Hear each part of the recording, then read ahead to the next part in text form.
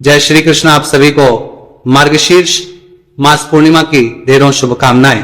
प्रिय दर्शकों, इस वर्ष पूर्णिमा को लेके बड़ा संशय है कि पूर्णिमा हमें किस दिन करनी चाहिए, क्योंकि सूर्य के बाद क्या ये कहें कि उदय तिथिमान के अनुसार पूर्णिमा तिथि का योग बन ही नहीं रहा है, तो ऐसी अवस्था में कब करेंगे? पूर्णिमा का व्रत किस दिन करना शुभ रहेगा? इस व्रत का महत्व क्या होगा?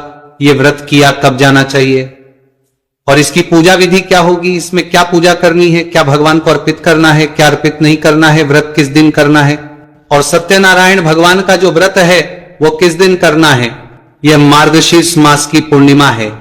ध्यान दीजिएगा, यह कार्तिक पूर्णिमा से किसी भी प्रकार से कम नहीं है, वर्ण उससे अधिक प्रभावशाली, अधिक पुण्यदायिनी है।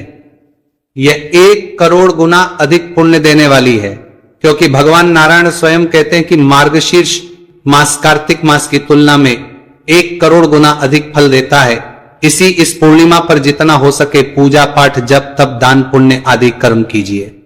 बताएंगे आपको कि कौन कौन से कर्म आपको करने चाहिए, क्या क्या करने चाहिए, क्या दीप दान करना चाहिए या नहीं करना चाहिए, साथ ही कौन कौन से वो काम है जो इस पूर्णिमा पर आपको सर्वाधिक फल देंगे।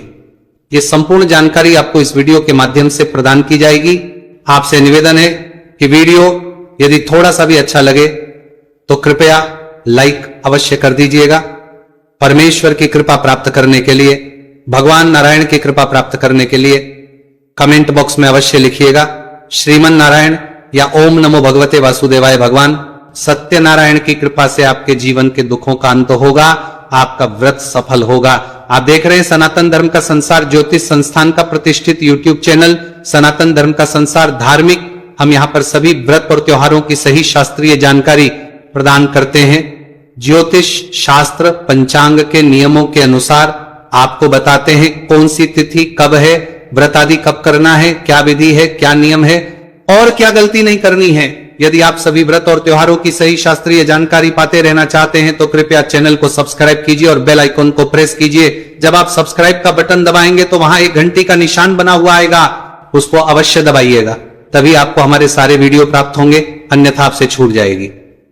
आइए प्रिय दर्शकों, जानकारी आरंभ करते हैं। बात करते हैं आने वाली पूर्णिमा की, मार्गशीर्ष मास पूर्णिमा की। मार्गशीर्ष मास पूर्णिमा के विषय में भगवान नारायण कहते हैं कि मार्गशीर्ष मास पूर्णिमा पर जो मनुष्य व्रत करता है, पूजन करता है, जप करता है, तप करता है, दान करता है, दान में सभी प्रकार के दान हैं, चाहे वह दान हो अर्थात पैसों का दान हो, चाहे वह वस्त्र दान हो, चाहे किसी वस्तु का दान हो और चाहे दीप अर्थात प्रकाश का, दीपक का दान, सभी प्रकार के दान आपको अनंत पुण्य देते हैं। तो आइए सिलसिलेवार तरीके से आपको बताते हैं आराध्य से कि कैसे आपको क्या क्या कर्म अब आपको करने हैं इस आने वाली पूर्णिमा पर। सबसे पहला महत्व है पूर्णिमा पर स्नान का। स्नान यदि आप गंगा जी जाएं या किसी अन्य पवित्र नदी में जाएं तो बहुत कल्याणकारी है, शास्त्रों में इसका वर्णन है। परंतु जो लोग गंगा जी नहीं जा सकते या अन्य तीर्थ पर नहीं जा सकते, वो लोग घर पर ही पवित्र स्नान कीजिए। नहाने का जो जल भरते हैं आप किसी बाल्टी में या टब में, तो उसमें पहले गंगा जल डालिए, फिर उसमें जल भरिए और उसके बाद उसे स्नान कीजिए। देखिए, ये जो मार्गचर से स्नान है, जो मासिक स्नान कहा गया है, वो ठंडे पानी से ही किया जाना चाहिए, शास्त्र यही कहते हैं। परंतु जो बीमार हैं, जिनका शरीर अस्वस्थ है, उनको किसी प्रकार का रिस्क लेने के बजाय आप अपना पानी गुनगुना कर सकते हैं। स्नान करने की बड़ी सरल विधि यह है कि जिस पानी से आप स्नान कर रहे हैं, यदि वो ठंडा है तो उस जल को मुंह में भर लीजिए, पूरा पानी मुंह में भर लीजिए जितना हो सके। जो आपका नहाने का जल है ना, अगर वो शीतल है तो शीतल जल को मुंह में भर लीजिए और फिर आप उससे स्नान कीजिए। आपको ठंड नहीं लगेगी, जुकाम नहीं लगेगी। ये वो विद्या है जो पहाड़ों में रहने वाले, हिमालय में रहने वाले बड़े बड़े योगी अपनाते हैं। तो इस प्रकार से आपने पवित्र स्नान करना है। अगर काले तिल घर पे हो तो काले तिल भी आप उस जल में डाल लीजिएगा, कल्याणकारी रहेगा। पवित्र स्नान के बाद आपको भगवान का पूजन करना है और फिर दान की बात आती है। भगवान नारायण का पूजन करेंगे, भगवान विष्णु का पूजन करेंगे। आपके घर में शालिग्राम भगवान है क्या? तो शालिग्राम भगवान को स्थापित कीजिएगा, अन्यथा लड्डू गोपाल को स्थापित कीजिएगा। जो भगवान का पूजन आप करते हैं ना, वो तो करेंगे ही, इसके अतिरिक्त आप भगवान शालिग्राम को या लड्डू गोपाल जी को स्नान कराइएगा। कैसे स्नान कराना है? एक लोटे में पहले थोड़ा गंगा जल भरिए, फिर शुद्ध जल भर लीजिए और शंख के माध्यम से कोई भी छोटा सा शंख लीजिए, शंख में वो जल भरिए और भगवान लड्डू गोपाल के मस्तक से उसे अर्पित कीजिए, सर पे डालिए। और अगर आपके शालिग्राम भगवान हैं तो उनको नहलाइए, उस जल से, शंख से वो जल अर्पित कीजिए, प्रेम से नहलाइए। मंत्र क्या बोलेंगे? दामोदराय नमः, दामोदराय नमः, दामोदराय नमः नमः। क्योंकि भगवान श्री कृष्ण को ये दामोदर नाम जो है ये अत्यंत प्रिय है। इस माह में दामोदर नाम की महिमा बहुत अधिक है। ये नाम भगवान श्री कृष्ण को तब दिया था मां यशोदा ने जब उन्होंने पहली बार मक्खन चुराया था। जब माखन चोरी करी थी, मटका फोड़ा था, तो मां यशोदा ने उन्हें दामोदर नाम दिया था। ये बड़ा प्यारा है भगवान को इस माह में। तो ये मंत्र बोलते हुए आप भगवान को स्नान कराइए। उसके बाद जो वो चरणामृत निकला है, पादुदक निकला है, उसका कीजिए। उस जल को अपने मस्तक पर लगाइए थोड़ा सा और उसके बाद उस जल को पी लीजिए। अधिक नहीं, एक शंख में भी आप भर के अर्पित कर रहे हैं, वो भी काफी रहेगा, उसको आप कीजिए। ये अनंत पुण्य देने वाला है। शास्त्र कहते हैं, यहां तक कि यदि आप मार्गशीर्ष मास महत्व में सुन रहे हैं ना, तो उसमें भी आगे वर्णन आने वाला है अगले कुछ अध्यायों में, कि जो इसका करता है वो मोक्ष का भागी होता है। उसे दोबारा जन्म लेना ही नहीं पड़ता, वो जन्म मरण के चक्कर से ही मुक्त हो जाता है। उसे भगवान विष्णु का सानिध्य प्राप्त होता है, उसके जीवन के सभी संकट नष्ट हो जाते हैं। इसीलिए अगर पूरे मार्गशीर्ष मास में आपने ये नहीं किया है तो कम से कम पूर्णिमा के दिन आप इसको अवश्य कीजिए। इसके बाद आप उनकी पंचोपचार से पूजा कीजिए, अच्छे से पहुंच दीजिए, वस्त्र अर्पित कीजिए, वस्त्र पहनाइए, नहीं तो मौली का एक टुकड़ा लीजिए, वो अर्पित कीजिए। वस्त्र अर्पित करके भगवान को जनेऊ है तो जनेऊ कीजिए, नहीं है तो कोई बात नहीं। आप भगवान को तिलक लगाइए, चंदन लगाइए, अक्षत लगाइए, पुष्प अर्पित कीजिए। फूलों की माला है, माला पहनाइए, अन्यथा पुष्प अर्पित कीजिए। और तुलसी दल, तुलसी का पत्ता आप नारायण को, अर्थात नारायण का जो लड्डू गोपाल स्वरूप है या शालिग्राम स्वरूप है, वो अवश्य कीजिए। तुलसी का पत्ता आप आज के दिन अवश्य चढ़ाइएगा। ये पहले ही तोड़ के रख लीजिएगा सब, क्योंकि पत्र पुष्प जो है अमावस्या पूर्णिमा पर नहीं तोड़ना चाहिए। तो तुलसी का पत्ता नारायण को अर्पित कीजिए। तुलसी दल अर्पित करने के बाद धूप दिखाइए, दीप दिखाइए, और भोग के रूप में जो भी आपके पास मिठाई हो तो मिठाई, फल हो तो फल, जो भी कुछ आपके पास हो ना, वहां अर्पित कर दीजिए। ये अर्पित करने के बाद हाथ जोड़ के नमस्कार कीजिए और फिर शालिग्राम भगवान को बीच में रख लीजिए, या लड्डू गोपाल जी हैं तो उनको बीच में रख लीजिए और उनकी परिक्रमा कीजिए। इसकी एक एक परिक्रमा का महत्व बहुत अधिक है। इसकी परिक्रमा पूरे दिन के पाप का नाश कर देती है। 3 परिक्रमा यदि आप कर लेते हैं तो पूरे एक सप्ताह में किए गए पाप तुरंत नष्ट हो जाते हैं। और यदि भक्ति पूर्वक 21 परिक्रमाएं पूरी कर ली जाए तो गर्भ में भ्रूण हत्या आदि बड़े बड़े पाप जो है वो नष्ट हो जाते हैं। यदि कोई व्यक्ति 108 परिक्रमाएं करता है तो वह सभी यज्ञों के समान होती हैं, तथा उस मनुष्य अनंत दान देने का फल प्राप्त होता है।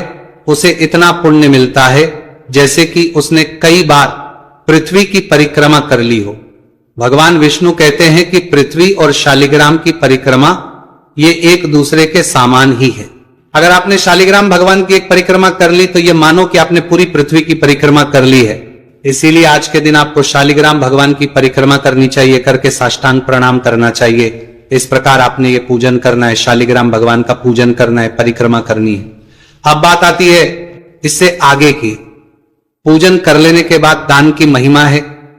पूर्णिमा के दिन जितना हो सके उतना दान दीजिए। जैसे आपने कार्तिक मास में किया होगा नियमों का पालन, वैसे ही ये मार्गशीर्ष मास की पूर्णिमा उससे अधिक फल देने हैं। उस समय पर जिस दान को करने से आपको जो फल मिला होगा उससे करोड़ों गुना फल इस बार पूर्णिमा पर दान करने से प्राप्त होता है। करना क्या चाहिए? सबसे पहले ये पूजन कर लेने के बाद यदि आपका मार्गशीर्षम में अध्याय चल रहा है तो उसका श्रवण कीजिए। उसका श्रवण इस पूजा से पहले भी कर सकते हैं, पूजा के बाद भी कर सकते हैं। श्रवण कीजिए। श्रवण करने के बाद अब आप शालिग्राम भगवान की आरती कीजिए। अगर पूर्णिमा का व्रत भी कर रहे हैं तो सत्यनारायण भगवान की कथा का भी श्रवण कीजिए। इसके बाद मार्गशीर्ष महत्व में जो आपने सुना है, जिन भी किसी से सुना है उनको पाठ के निमित्त जो दक्षिणा है वहां अर्पित कीजिए। चाहे आप मंदिर में सुन रहे हैं तो मंदिर में कहीं और योग्य ब्राह्मण से सुन रहे हैं तो वहां जिस भी किसी से सुन रहे हैं उसको दक्षिणा अर्पित कीजिए। दक्षिणा आदि देने के बाद आपको ब्राह्मण को भोजन कराना चाहिए। आपने पूरे माह मार्ग स्नान किया है या महत्व में श्रवण किया है, अगर आप ब्राह्मण को भोजन कराते हैं तो बड़ा उत्तम है। ये मैं वो बता रहा हूं जो करने चाहिए। आप ब्राह्मण को भोजन कराने चाहिए, अर्थात ऐसा नहीं कि इसको करना ही करना है, इसमें से जो कर सके वो कीजिए। मैंने आपको स्नान बताया, पवित्र स्नान कैसे करना है, भगवान को जल अर्पण बताया, भगवान का पूजन बताया, भगवान की परिक्रमा बताई, और परिक्रमा के बाद आरती है ना, उस आरती में विशेष ध्यान दीजिएगा। वो जो आरती है वो कपूर से कीजिएगा। कपूर से भगवान की आरती की महिमा अधिक है मार्गशीर्ष मास में।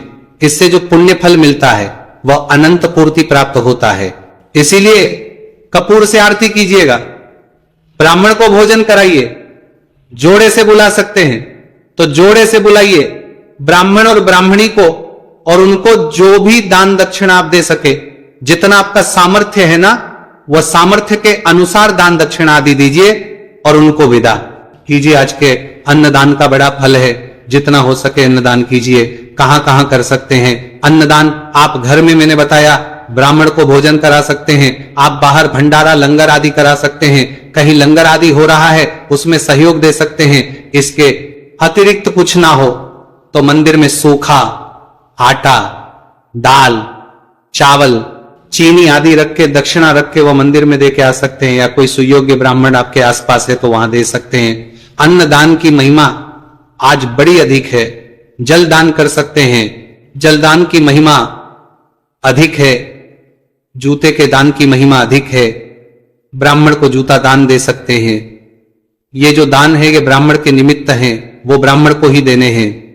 बाकी जो सहायता के लिए हैं, जैसे गरीबों की सहायता करो, गरीबों को भोजन कराओ, ये सभी कर्म जो हैं ये अलग हैं। जो कर्म ब्राह्मण के लिए कहा गया है कि ब्राह्मण को ये देना है तो वो ब्राह्मण को ही देना है। उसके बाद जो फल है वो अन्य लोगों को देने का है। आप गरीबों की सहायता कीजिए, गरीबों को भोजन कराइए। वस्त्र दान ही ब्राह्मण को गर्म ऊनी वस्त्र देने की बड़ी महिमा कही गई है, क्योंकि शीत चल रही है। ब्राह्मण को जितना हो सके आप ऊनी वस्त्र दान कीजिए, ऊनी वस्त्र दान कीजिए, कंबल दान कीजिए। जो इस सतु के अनुसार है ना वह दान कीजिए ब्राह्मण को। इसका फल बहुत अधिक है। इससे आपका जो मार्गशीर्ष स्नान है उसका फल आपका बढ़ जाएगा। साथ ही जो आपने मार्गशीर्षण किया होगा उसका फल भी अनंत गुना बढ़ जाएगा। तो आपको इससे ये दान करने हैं। मैंने आपको दान बता दिए, पूजा पाठ बता दिए। इस प्रकार से दिन को व्यतीत कीजिए। संभव है तो कीर्तन कीजिए भगवान का। इस दिन भगवान नारायण के मंत्रों का जाप कीजिए। सायंकाल को दीप दान कीजिएगा। दीप दान की बड़ी महिमा है। दीप दान कहां करना है? 11 दिए जलाएं, चाहे 21 दिए जलाएं। इस दिन का दीप दान अनंत फलदायी है। इसको इस प्रकार से समझिए। भगवान नारायण ने कहा है कि मार्गशीर्ष मास में दीप दान अनंत फल देता है। दीप दान अर्थात जो भगवान की करते हैं उसकी सिर्फ दर्शन मात्र से ही आपका उद्धार हो जाता है। तो आपने तुलसी पर दीपक अवश्य जलाना है। पितरों के निमित्त एक दीपक अवश्य जलाना है। भगवान की आरती, भगवान का निराजन तो करेंगे ही, इसके अतिरिक्त एक दीपक अपने रसोई में रखिएगा, एक अपने मुख्य दरवाजे पर रखिएगा, बाकी अन्य स्थानों पर रख सकते हैं। 5, 11, 21 दिए जलाने का विधान कहा गया है। जितनी आपकी सामर्थ्य हो उतना जलाए। अन्यथा तुलसी अपने मंदिर में, अपने मुख्य द्वार, रसोई घर में और पितरों के निमित्त दक्षिण दिशा में, ये 5 तो आप जलाए ही जलाए। बात आती है इस दिन भोग क्या लगाना चाहिए भगवान को। भगवान दामोदर के लिए खीर पूड़ी का भोग विशेष रूप से इस पूर्णिमा पर कहा गया है, उसका भोग लगाइएगा। ये खीर पूड़ी का भोग भगवान नारायण को बड़ा ही प्रिय। तो किस प्रकार से आप अपने मार्गशीर्ष मास के स्नान को पूर्ण करेंगे? मार्गशीर्ष पूर्णिमा पर यह कर्म है। जिन्होंने स्नान नहीं किया वो इनका लाभ लीजिए, जिन्होंने स्नान है वो स्नान को पूर्ण कीजिए।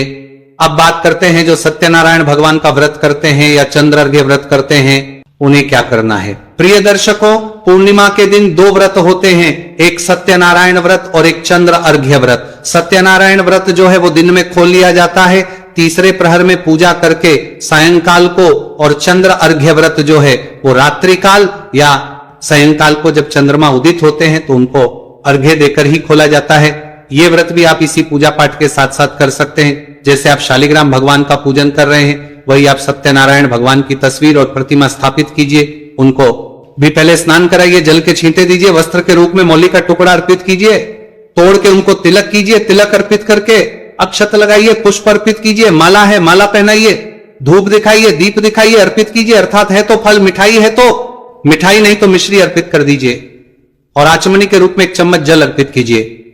हाथ जोड़ के नमस्कार कीजिए, दक्षिणा अर्पित कीजिए और तदोपरांत भगवान सत्यनारायण की कथा श्रवण कीजिए और आरती कीजिए। इस प्रकार से आप सत्यनारायण भगवान का पूजन भी इसी के साथ कर सकते हैं। अब सबसे पहले बात आती है संकल्प की। संकल्प कैसे करना है, क्योंकि ये जो भी कर्म आप करेंगे ना, वो सभी कर्म संकल्प करके ही आपको करना है।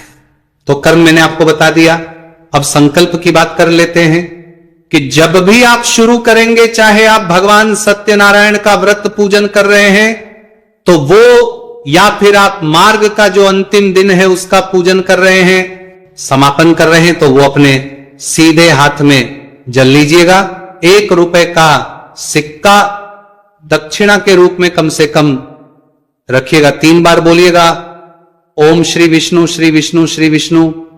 अपना नाम, अपना गोत्र, जिस स्थान पर बैठकर संकल्प कर रहे हैं वहां का मकान नंबर, क्षेत्र का नाम, शहर का नाम, मार्ग, पुण्यतिथि व आयु आरोग्यता प्राप्त अर्थात संपत्ति प्राप्त, या अर्थात भगवान दामोदर मार्गशीर्ष पूर्णिमा, भगवान सत्यनारायण व्रत पूजन।